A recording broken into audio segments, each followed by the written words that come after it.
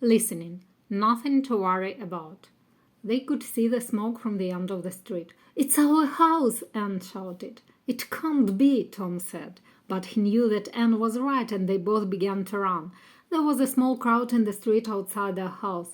Smoke was coming out of the front window of the downstairs room, but there was no sign of any flames. And there was no sign of old Mr. Smith, Anne's father. He lived with them and had a room upstairs at the back of the house. He was not among the people in the crowd. "Tom!" his wife shouted. "He's asleep upstairs. He probably went to bed and left the fire on in the front room." Her husband began to push his way through the crowd towards the front door. "Don't be a fool!" someone shouted. "Wait for the firemen. They'll be here any minute."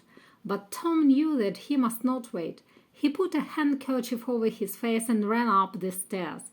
He pushed the open door of his father-in-law's room. Old Mr. Smith was sleeping peacefully. "What's the matter?" he cried as he woke up. "Nothing to worry about. Just a small fire downstairs," Tom told him.